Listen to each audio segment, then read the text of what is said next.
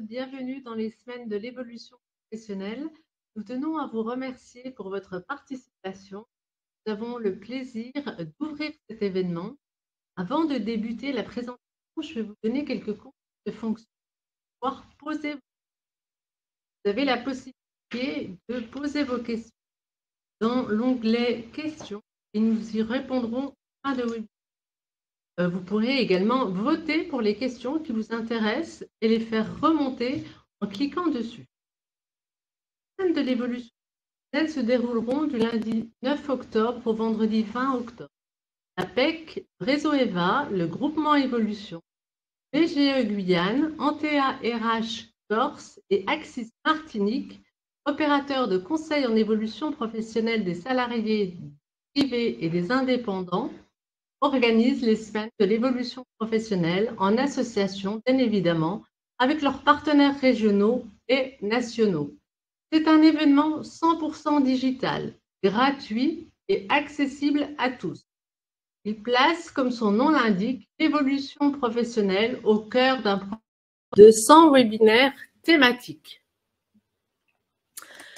Nous allons nous présenter. Donc, moi, je suis Monique Fleury, je suis manager du service de conseil en évolution professionnelle des actifs occupés en Bourgogne-Franche-Comté pour le réseau EVA.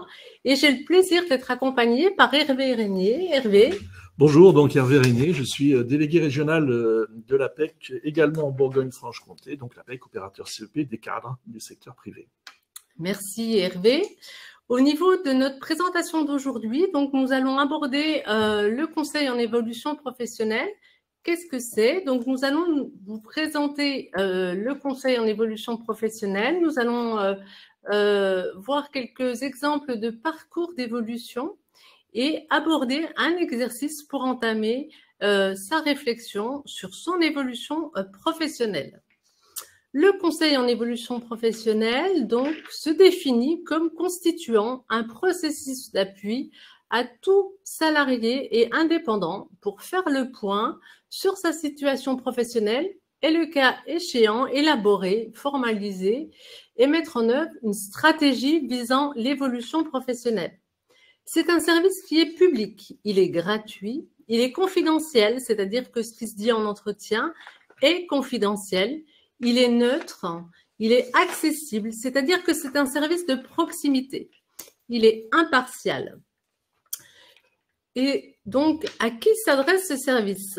Nous allons voir les différents opérateurs de conseil en évolution professionnelle. Il faut savoir qu'un opérateur de conseil en évolution professionnelle est dédié en fonction des types de publics.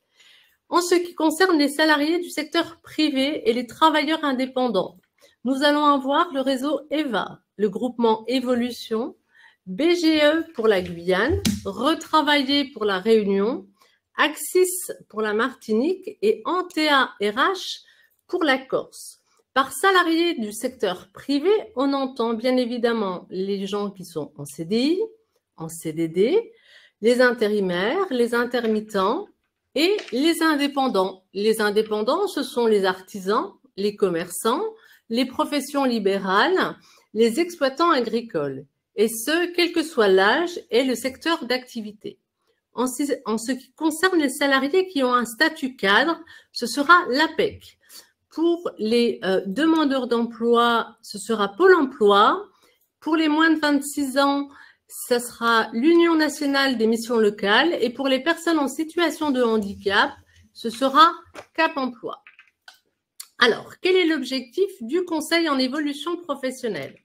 Le conseil en évolution professionnelle permet d'aborder différents sujets liés à la mobilité. Vous avez la possibilité de nous solliciter pour des questions liées à l'évolution professionnelle, le développement des compétences, la reconversion ou la transition professionnelle, la reprise ou la création d'activités, la certification professionnelle, c'est-à-dire l'obtention d'un diplôme ou d'une qualification, soit par la validation des acquis de l'expérience, soit par une action de formation, et également des questions liées à la mobilité interne ou externe, c'est-à-dire par rapport à un besoin de travailler une stratégie de mobilité, qu'elle soit interne ou externe, comme par exemple travailler un CV, préparer un entretien professionnel ou éventuellement un entretien de recrutement. Alors, comment se passe ce service? Ce service se compose de 2 niveaux de service. Le premier niveau de service est un conseil individualisé et adapté qui permet au salarié d'exprimer sa demande et son besoin, d'accéder à un premier niveau d'information, que ce soit sur des informations métiers, offre de formation, environnement professionnel, dispositifs de financement, etc. Identifier des démarches possibles et éventuelles suites à donner. Et donc, ensuite, on a un deuxième niveau de service qui est un accompagnement personnalisé qui va permettre d'accéder à toutes les informations utiles à l'élaboration et à l'analyse de la faisabilité du projet du salarié, à construire un plan d'action pertinent et, bien évidemment, être accompagné dans sa mise en œuvre. C'est un service qui est adapté aux salariés, c'est-à-dire que le salarié a la possibilité de choisir la modalité de rendez-vous, soit du présentiel, c'est-à-dire du face-à-face, soit en visio, soit par téléphone. Le conseiller, lui, va l'outiller avec une plateforme numérique pour avancer entre les différents rendez-vous. Il aura la possibilité de codéfinir les objectifs, donc la conseillère l'aidera à identifier ses priorités et l'aidera à avancer dans ce qui est important pour lui, bien évidemment en respectant son rythme. Et vous avez aussi la possibilité de choisir la durée de l'accompagnement. 1 ou plusieurs rendez-vous pour être appuyés jusqu'à la mise en œuvre de votre projet ou juste un rendez-vous pour obtenir une information bien précise. Je vais laisser la parole à Hervé pour la suite des témoignages. Alors, pour illustrer justement ce conseil en évolution professionnelle, on vous a concocté, on va dire, quelques exemples réels de salariés qui ont fait appel au CEP pour évoluer dans leur entreprise, pour se former, pour créer leur propre entreprise, mais aussi également pour faire reconnaître leurs compétences dans une logique d'évolution. Nous allons donc aborder là le parcours de Salima. Donc Salima, elle est chargée de communication au sein d'un grand groupe. Elle adore créer des petites vidéos à titre personnel et cela la passionne. Et elle aimerait acquérir des vraies compétences professionnelles pour optimiser ses créations, mais aussi pouvoir s'en servir, l'investir au travail. Donc avec le conseil en évolution professionnelle, elle a pu travailler sur le choix de la formation, choisir une formation pertinente au regard de son projet, de son objectif.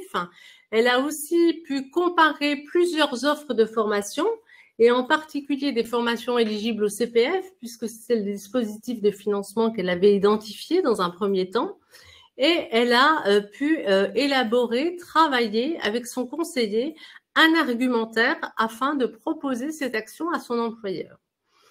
Au niveau de la mise en œuvre de son projet, elle a pu suivre une formation en création vidéo pour le web et elle l'a cofinancée avec son CPF et la participation de son employeur. Et elle a ainsi pu développer une nouvelle activité au sein même de son entreprise. Alors Mathilde, le cas de Mathilde est un peu différent, c'est-à-dire que Mathilde est également salariée, elle est en CDD, elle est auxiliaire de vie, mais ni le salaire ni les conditions de travail lui conviennent. Donc ce que souhaitait Mathilde, c'est retrouver un emploi plus stable, mieux rémunéré, se former le cas échéant, et également donc de réfléchir à un nouveau projet professionnel. Et là encore, elle va faire appel au CEP pour répondre à l'ensemble de ces questions, pour retravailler sa motivation, quels sont aujourd'hui ses centres d'intérêt, explorer des nouveaux métiers, des opportunités, faire des rencontres, voire même des stages d'immersion, des PMSMP, des stages d'immersion lui permettant de découvrir sur site un métier, une entreprise, et enfin va se tourner sur un autre dispositif qui est le PTP, le projet de transition professionnelle ex-CIF, qui permet justement à un salarié de se former dans une logique de formation qui n'est pas forcément en lien avec l'emploi qu'il occupe, avec l'accord de son entreprise, mais il va donc pouvoir partir en formation, maintenir son salaire, voire même parfois prendre en charge le coût logistique de cette formation pour repartir et se qualifier. En l'occurrence, Mathilde et la démarche en effet qu'elle a pu faire. Aujourd'hui, elle a pu suivre une formation et être secrétaire médicale. Et le CEP, les conseillers CEP continuent d'ailleurs son accompagnement pour passer, on va dire, du projet à l'emploi et donc faire en sorte que Mathilde ne s'arrête pas uniquement, l'accompagnement de Mathilde ne s'arrête pas uniquement après la formation, qu'elle puisse ensuite bénéficier d'un conseil personnalisé pour mettre en œuvre donc ce nouvel emploi qui aujourd'hui lui correspond. Merci Hervé. Nous allons poursuivre par un autre témoignage. Ici, c'est le témoignage de Joachim qui travaille depuis plus de 20 ans dans une imprimerie et l'ambiance au travail donc se détériore faute de clients et son patron ne gère pas bien la crise et il ne peut plus rester au sein de son entreprise. Il est inquiet pour son avenir professionnel et il hésite à se mettre à son propre compte. Et donc, avec le conseil en évolution professionnelle qu'il a sollicité, il a pu travailler à l'élaboration d'un projet entrepreneurial. Il a mobilisé donc une prestation d'accompagnement à la création d'entreprises et il a été accompagné pour la mise en place d'un dispositif qui s'appelle le démission reconversion. Ainsi, il a pu créer une entreprise dans le secteur de la publicité, l'infographie et l'impression. Il a préparé sa démission pour pouvoir avoir des droits aux allocations chômage et il a pu créer son entreprise avec l'appui d'aides disponibles. Un autre témoignage, Hervé. Enfin, donc, le témoignage de Gérard, donc lui qui a un bac pro en mécanique poids lourd, qui travaille également, il est salarié dans un garage, mais il souhaiterait évoluer notamment vers un emploi de carrossier, c'est-à-dire pas forcément changer d'entreprise, mais pouvoir bénéficier d'une reconnaissance de ses compétences, mais il n'a pas forcément envie de s'engager sur une formation longue. Et donc, quel est le meilleur dispositif pour l'accompagner? Il fait également appel à son conseiller CEP qui va l'orienter vers une validation des acquis d'expérience, où là, il va pouvoir mettre en valeur, en effet, le travail qu'il a déjà réalisé, les compétences qu'il a pu acquérir, faire des passerelles avec le métier cible, en l'occurrence de carrossier, et faire valider donc son diplôme de carrossier, lui permettant d'évoluer dans la même entreprise, mais de se rapprocher d'un emploi qui lui était un emploi cible, qui va lui permettre quelque part aussi d'acquérir des compétences nouvelles. Merci Hervé. Comme nous venons de le voir, les motifs de sollicitation sont nombreux et vous pouvez solliciter un conseiller en évolution professionnelle pour différentes raisons. Vous avez la possibilité de venir voir un conseiller pour faire le point sur votre situation, explorer des opportunités professionnelles et des métiers. Donc là, il s'agira avec le conseiller d'avoir des informations sur le marché de l'emploi, sur la découverte des métiers. Vous pouvez également venir voir un conseiller pour reconstruire votre estime, c'est-à-dire identifier vos points forts, valoriser vos compétences. Donc là, vous allez travailler sur vos motivations, comment valoriser tout ce que vous avez acquis jusqu'à aujourd'hui. Vous pouvez également venir pour travailler votre entretien professionnel et mettre en place un projet à l'interne de votre entreprise. Il s'agira ici d'être en capacité de valoriser vos compétences, votre parcours, d'acquérir les bons éléments de langage pour pouvoir échanger avec votre manager en entretien, par exemple. Et vous pouvez aussi venir pour la mise en œuvre de votre projet, c'est-à-dire identifier les aides, les différents financements, dispositifs de financement, et vous repérer au niveau des ressources sur votre territoire. Et là, vous allez pouvoir acquérir des informations sur les financements, les aides. Le conseiller sera là pour vous outiller. Vous pouvez aussi venir travailler pour votre deuxième partie de carrière. Donc, vous vous posez des questions. Comment envisager votre seconde partie de carrière? Et là, vous allez pouvoir valoriser votre travail, votre parcours, vos expériences. Vous posez les bonnes questions. Qu'est-ce que je veux continuer à faire? Ce qui me déplaît et faire un point sur vos réelles motivations pour cette seconde partie de carrière. Vous avez la possibilité de venir rencontrer un conseiller en évolution professionnelle pour un projet de reconversion.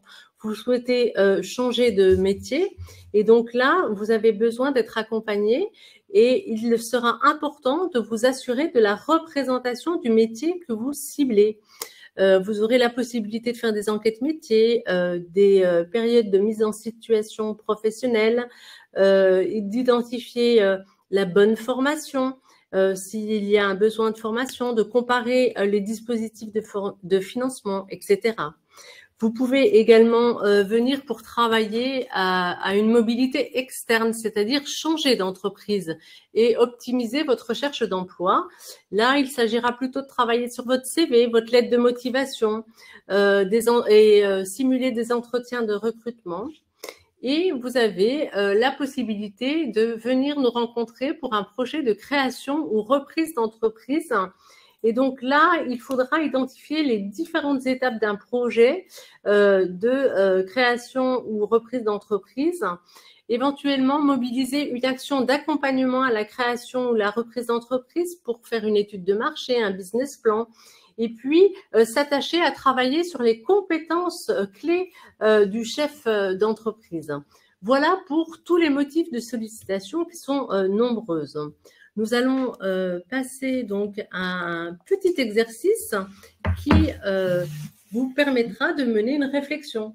Voilà, alors vous avez entendu qu'on peut en effet faire appel au CEP pour de multiples raisons, bien souvent d'ailleurs des raisons liées au changement quelque part. Et donc ce qu'on vous propose, c'est, je dirais, un peu se poser des questions, se poser les bonnes questions par un petit exercice rapide qui peut vous mettre déjà en mouvement et vous dire que bien finalement ce CEP il est aussi pour moi et peut-être vous inciter à prendre rendez-vous. Pour ça, c'est très clair. Ce qu'on vous propose, tout simplement, tout à chacun, c'est de vous poser la question suivante. À quelle période j'ai été le plus satisfait de ma vie professionnelle? Qu'est-ce que je considère comme ma plus grande réussite? Quelles ont été mes réalisations? C'est-à-dire, dans quelle partie de ma carrière j'ai été le plus à l'aise, quelque part, le plus satisfait, le plus heureux dans cette vie professionnelle, là où j'ai pu avoir des situations professionnelles les plus intenses, les plus marquantes, quel a été le poste et l'entreprise qui correspond quelque part à cette situation et à cette satisfaction. Je vais ensuite compléter par bien tous les éléments qui relèvent du poste que j'ai pu donc identifier, qui a été quelque part le mien, du moins on peut l'imaginer. C'est-à-dire dans quelle entreprise? Est-ce que c'est véritablement une entreprise, une organisation marchande, une association non marchande? Quelle ambiance, quelle culture? Quelles étaient mes relations avec mes collègues, mes responsables, mes managers? Qu'est-ce que j'ai pu apprécier dans le climat social de l'entreprise où j'ai pu évoluer? Mais aussi quelles étaient mes contributions, mes compétences que j'ai pu développer, mettre en œuvre. Peut-être que ces compétences-là, aujourd'hui, je ne les mets plus en œuvre, mais je les regrette. Hein. Et donc, quelque part, me positionner sur une échelle de 0 à 10 sur, finalement, cette situation idéale que j'ai pu vivre ou que j'aimerais vivre, finalement, je peux la positionner où entre 0 et 10. Et donc, ça va déjà me permettre de cranter déjà cette première démarche. La seconde démarche, eh bien évidemment, c'est de prendre sa situation professionnelle actuelle et de la mettre en comparaison. C'est-à-dire qu'aujourd'hui, comment, sur cette même échelle, je situerais ma situation professionnelle. Et donc là, forcément, l'écart de ces deux notes m'amène immédiatement à réfléchir sur le fait qu'aujourd'hui, quelles sont les compétences, les qualités, les capacités mentionnées que j'aimerais remobiliser et comment. Et donc, si vraiment il y a un véritable écart entre ces deux échelles, eh bien, c'est qu'en effet, le CEP est peut-être aussi une solution pour passer de la réflexion à l'action et donc, en effet, contacter mon conseiller CEP de mon territoire. Alors, pour prendre un rendez-vous avec un conseiller en évolution professionnelle, vous avez la possibilité donc de vous rendre sur notre site internet dans la rubrique « Je trouve mon conseiller » sur www.mon-cep.org et vous aurez la possibilité d'avoir un rendez-vous à proximité de votre domicile. Hervé, nous allons regarder s'il y a quelques questions. Alors, quelle différence entre bilan de compétences et CEP? Alors, la différence entre un bilan de compétences et le CEP, le bilan de compétences, c'est une prestation qui a une durée de 24 heures et qui va se dérouler sur un laps de temps de 2 à 3 mois. Alors que le CEP, c'est un service et non pas une prestation ou un dispositif. C'est la différence. C'est un service public et la durée du service, donc, c'est à la demande du salarié. Et l'accompagnement peut aller sur un accompagnement de 8 heures, ça peut être au-delà, tout dépend du besoin du salarié et ça sera sous, comme nous l'avons vu dans la présentation, sous différents rendez-vous. Alors, avec une carrière mixte privé-public, peut-on solliciter un CEP? Alors, vous pouvez solliciter un conseiller en évolution professionnelle si vous êtes actuellement salarié du secteur privé, que ce soit en CDI, en CDD ou que vous ayez un contrat de droit privé. Vous avez très bien pu travailler dans le secteur public en amont et être dans le secteur privé aujourd'hui. Et là, vous n'avez aucun problème pour nous solliciter. Le mieux, c'est de nous appeler pour qu'on vérifie si vous êtes éligible à ce service. Il y a une question sur Alors, l'APEC et Pôle emploi. Alors, peut-on contacter directement quelqu'un à l'APEC ou son conseiller Pôle emploi? Alors oui, vous pouvez faire les deux, je dirais. Bien évidemment, si vous contactez Pôle emploi, c'est que vous êtes certainement demandeur d'emploi. L'APEC est en convention, a une convention nationale avec Pôle emploi. Donc, vous pouvez en effet, si vous êtes demandeur d'emploi, demander à votre conseiller Pôle emploi de vous prescrire et de vous orienter sur l'APEC, mais aussi, vous pouvez également, bien entendu, contacter l'APEC directement, sans aucun problème, en prenant rendez-vous donc sur le site qui vous a été communiqué tout à l'heure. Il y a une question alors qui... contacter le CEP ou l'APEC, est-ce la même chose, hein, Hervé? Finalement, oui et non. L'APEC est opérateur national du CEP pour les cadres du secteur privé. Donc, quelque part, si vous êtes cadre du secteur privé, en contactant votre conseiller CEP, vous aurez très certainement un consultant de l'APEC avec vous pour vous accompagner sur cette démarche. Voilà. J'ai vu une autre question. Alors là, ça va très vite. Alors, une personne qui a déménagé et qui voulait changer de conseiller et qui demande la procédure parce qu'on lui a dit que c'était assez long. En fait, il suffit de demander à son conseiller d'origine de lui demander le changement et il va contacter le manager de la région où vous déménagez et le changement peut se faire dans la journée. Donc, il n'y a pas de 45 jours pour changer de conseiller d'une région à l'autre. Alors, le CEP peut-il nous aider à trouver un financement lorsqu'on est travailleur indépendant? Oui, tout à fait. Ce service est tout à fait compétent pour vous trouver et vous aider à comparer les différents financements lorsqu'on est travailleur indépendant. Est-ce que l'APEC est mieux adaptée pour s'occuper d'un ancien cadre? Doit-on prévenir Pôle emploi de la démarche avec l'APEC?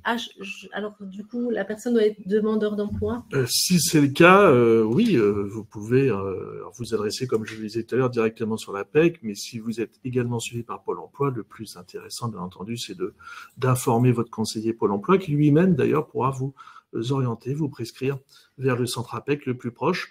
Donc, dans tous les cas, nous travaillons en collaboration avec Pôle emploi. Alors, peut-on engager une reconversion Pôle emploi sans passer par le CEP, uniquement par un bilan de compétences où le CEP est obligatoire? Alors, comme je vous le disais tout à l'heure, le bilan de compétences, c'est une prestation, alors que le CEP, c'est un service. Il y a également chez Pôle emploi des conseillers en évolution professionnelle, alors que le bilan de compétences, c'est une prestation, c'est pas un service. Alors, en tant que fonctionnaire, vers qui je me tourne? Car non éligible. Oui, en effet, les personnes de la fonction publique ne sont pas éligibles à ce service et donc doivent se prendre contact avec leur service RH. Au sein des services RH pour la fonction publique, il y a des conseillers mobilité carrière maintenant. Et donc, vous avez la possibilité de prendre un rendez-vous avec un conseiller en mobilité carrière pour les fonctionnaires. Est-il possible de solliciter à plusieurs reprises un CEP? Oui, tout à fait. Et donc, vous avez la possibilité de venir prendre un rendez-vous pour avoir une information à un moment donné et de revenir plusieurs fois. C'est vraiment un service itératif et il y a des allées-venues puisqu'on sait bien qu'aujourd'hui, maintenant, les parcours ne sont pas linéaires. Alors, en tant que fonctionnaire, donc c'est bon. Quelle différence dans le contenu entre un CEP et un bilan de compétences? Alors, comme je vous l'ai dit en introduction, le service de conseil en évolution professionnelle va vous accompagner dans l'élaboration et la mise en place d'une stratégie visant l'évolution professionnelle, le bilan de compétences. Vous allez faire un travail sur vos compétences, bien évidemment dans le CEP aussi, mais beaucoup plus approfondi puisque la durée du bilan de compétences, elle est de 24 heures. Et donc, vous allez aborder beaucoup de champs dans le bilan de compétences. Dans le service CEP, vous allez venir à un moment donné et on va s'intéresser à une préoccupation. Voilà, une préoccupation à un moment donné et en fonction des rendez-vous, on traitera les différentes préoccupations les unes après les autres, mais on va s'intéresser à votre priorité du moment. Quel est le coût du CEP? Alors ça, c'est intéressant, c'est gratuit, puisqu'on l'a dit tout à l'heure, c'est un service qui est public, il est gratuit. Donc, n'hésitez pas à prendre contact avec nos services. Donc, la fonction publique, on l'a abordé. Alors, le CEP s'adresse-t-il aux assimilés fonctionnaires de la SNCF? Donc, si vous avez le statut à la SNCF, il y a différents statuts. Donc, ceux qui ont un statut de fonctionnaire ne sont pas éligibles à ce service. Par contre, ceux qui relèvent de la convention, enfin, il y a un autre statut, voilà, enfin, un autre statut à la SNCF. Eux, par contre, ils sont éligibles à ce service. La fonction publique, non, vous n'êtes pas éligible. Un retraité peut-il avoir un droit au CEP? Pour pouvoir solliciter le service de conseil en évolution professionnelle, si on est retraité, il faut avoir une activité salariée, puisqu'il s'adresse aux salariés du secteur privé. Si vous n'êtes pas en emploi, vous ne pouvez pas bénéficier de ce service.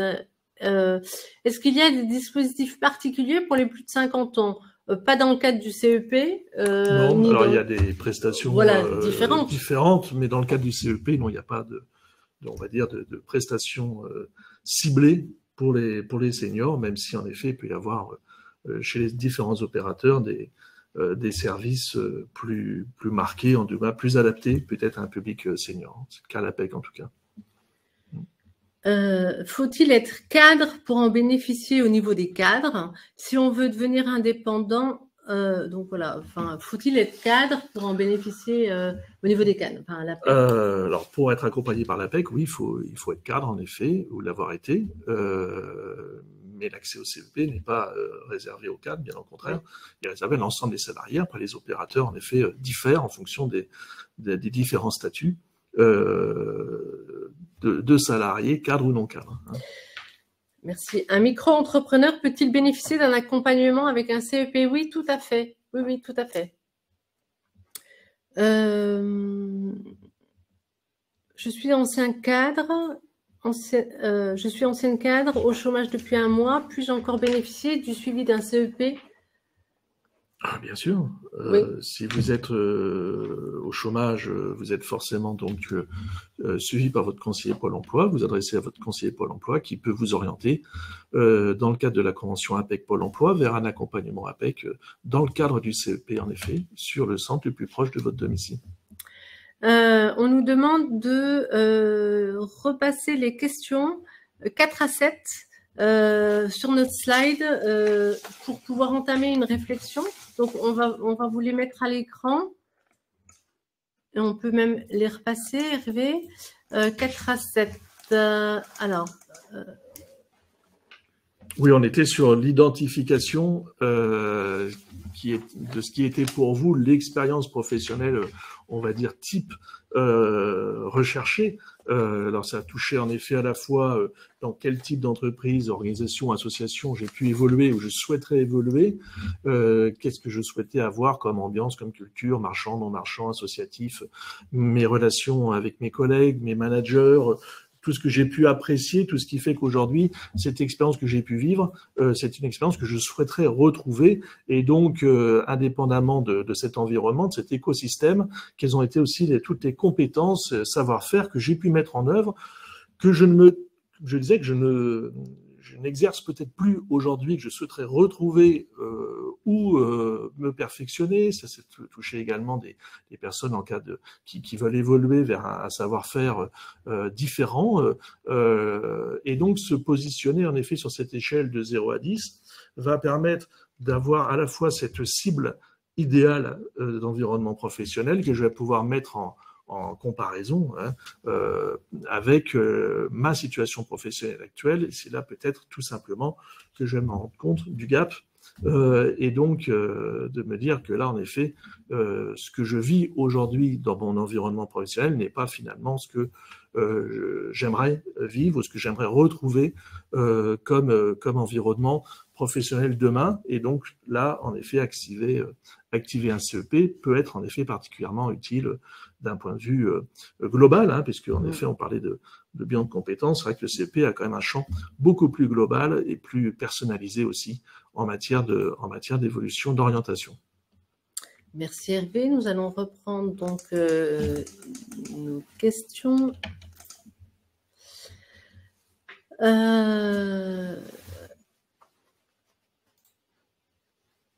Alors, comment devenir CEP à l'APEC notamment, et quelle formation?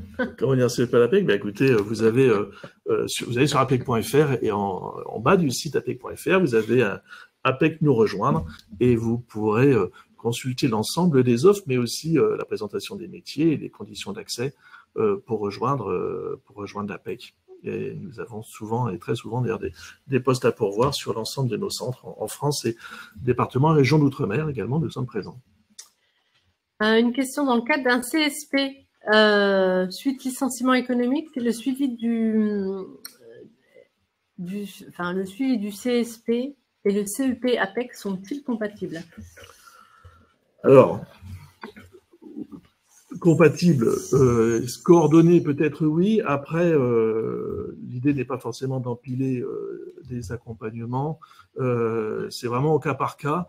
Ça doit se faire avec le conseiller Pôle emploi dans le cadre peut-être d'un parcours coordonné, d'un co-diagnostic. En tout cas, il doit être réfléchi et partagé pour justement que l'ensemble de ces deux accompagnements, si le cas échéant, soit vraiment efficient et vous apporte réellement quelque chose. Merci Hervé. Un salarié en arrêt maladie qui a une RQTH sera accompagné par Cap emploi. Oui, l'opérateur dédié, ce sera Cap emploi. C'est le salarié qui choisit, c'est-à-dire que il peut être accompagné par un autre opérateur s'il le souhaite, mais l'opérateur dédié, c'est Cap emploi.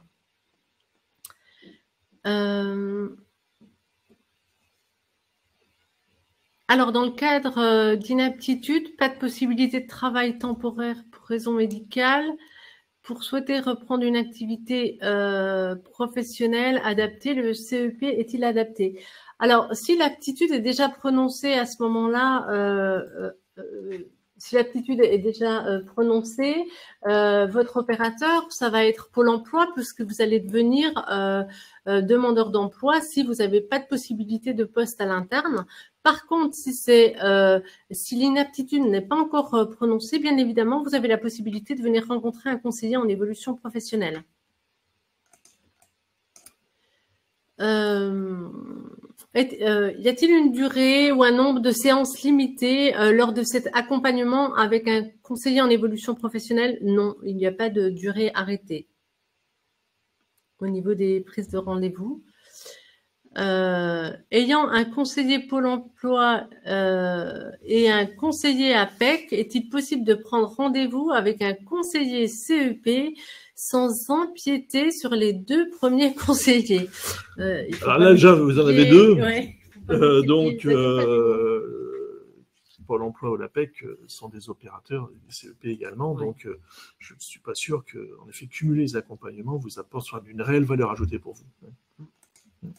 Alors, on nous a demandé à plusieurs reprises si les supports présentés seraient diffusés, et donc tout sera bien mis en ligne avec le replay, hein, parce que bien évidemment, vous avez la possibilité d'accéder au replay de cette présentation. Je vous donnerai tout à l'heure le lien pour y accéder.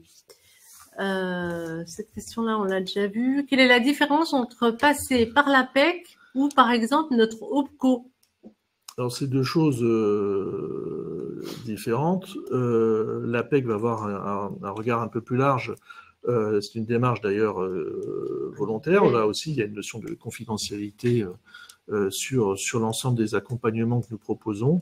Ça ne veut pas dire qu'il ne peut pas y avoir de complémentarité, bien au contraire, mais tout dépend de la finalité du contact que vous souhaitez initier et ce que vous voulez mettre en place. Rien n'empêche en effet, une fois que vous êtes accompagné par l'APEC, d'avoir un contact avec l'OPCO, notamment sur la partie formation et financement des formations. Alors, est-ce que le CEP peut faire le lien avec une PMSMP? Alors, bien évidemment, quand vous venez voir un conseiller en évolution professionnelle, vous aurez la possibilité d'avoir une convention pour réaliser une PMSMP, puisqu'on a une convention de délégation avec Pôle emploi. Et c'est un véritable atout pour découvrir un secteur d'activité ou un métier, ou éventuellement pour des pistes de recrutement.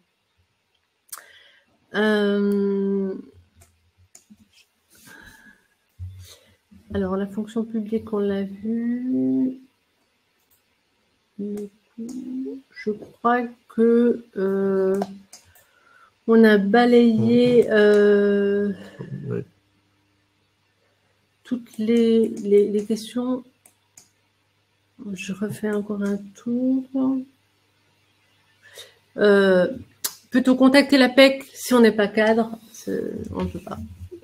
Vous avez d'autres opérateurs CEP pour vous accompagner, le cas échéant, si vous avez un statut non cadre. Donc, concernant la fonction publique, hein, il faut bien vous adresser à votre service RH pour qu'il vous donne les coordonnées des conseillers mobilité carrière. Peut-on dire... Je crois qu'on a, oui, qu'on a balayé, oui, non? Oui.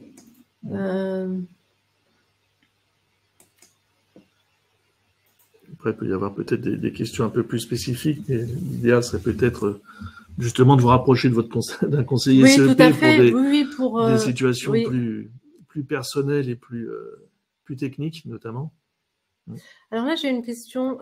En phase finale de bilan de compétences, j'ai besoin de soutien pour une reconversion ou avec un besoin éventuellement de formation dans le cadre d'une validation des acquis de l'expérience. Alors, VAE déjà réalisé avec des enquêtes métiers. Donc là, vous pouvez prendre rendez-vous avec un conseiller en évolution professionnelle sans problème pour la mise en œuvre de votre projet. Une question, est-ce que le CEP remplace le bilan de compétences? Non, c'est bien 2 choses distinctes, comme on l'a vu. Hein. Le bilan de compétences, c'est une prestation, le CEP, c'est un service.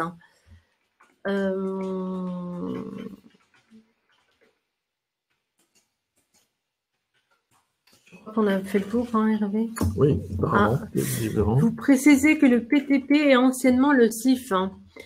Sont-ils rattachés aux mêmes conditions d'utilisation, par exemple la validation de l'employeur? L'employeur doit être informé en effet de cette démarche. Il a un laps de temps d'ailleurs réglementaire pour vous répondre. Il peut et argumenter sa réponse. Il peut aussi décaler éventuellement la formation pour des raisons qu'il doit également justifier. Il peut y avoir également des nuances entre la durée de la formation, moins de 6 mois, plus de 6 mois, votre statut, CDD, CDI. Donc, il faut regarder en effet, en fonction de votre situation personnelle, comment peut vivre ce PTP au regard de votre projet. Et là, l'intérêt en effet du conseiller CEP, c'est vraiment de replacer votre propre situation dans un contexte réglementaire et vous apporter les bonnes réponses. Alors, j'ai une question. Comment devient-on conseiller en évolution professionnelle et existe-t-il une certification, formation en lien avec cette profession? Donc, les conseillers en évolution professionnelle ont des parcours très variés. Oui, il existe une certification, enfin, il me semble qu'il y en a deux. Oui, pour l'instant, il y en a une au CNAM et puis une autre. Voilà, après, on peut devenir conseiller en évolution professionnelle sans avoir une certification de conseiller en évolution professionnelle.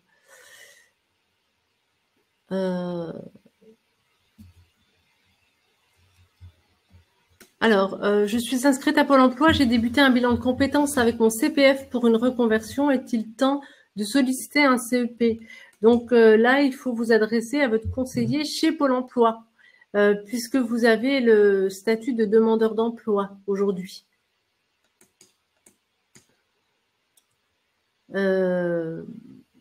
Alors,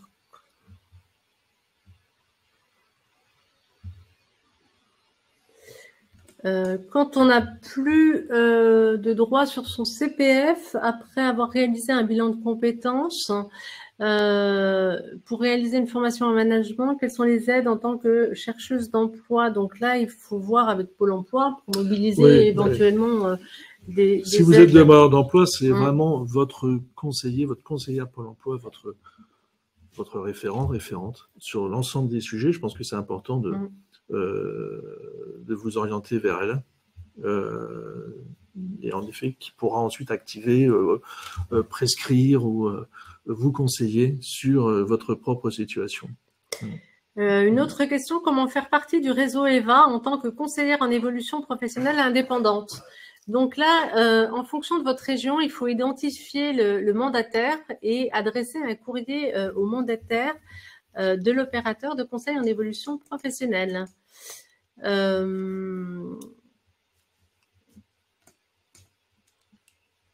Alors... Oui, on retrouve... Je crois qu'on a fait le tour, hein, Hervé? Oui, tout à fait. Enfin, visiblement. Oui, on a fait le tour. Donc, je vais vous mettre le lien. Donc, vous avez la possibilité donc, de retrouver le replay et le support sur www.semaine-évolution-professionnelle.fr. Un grand merci pour votre participation. Merci Hervé. Et on vous souhaite une belle journée. À bientôt. À bientôt. Au revoir. Au revoir.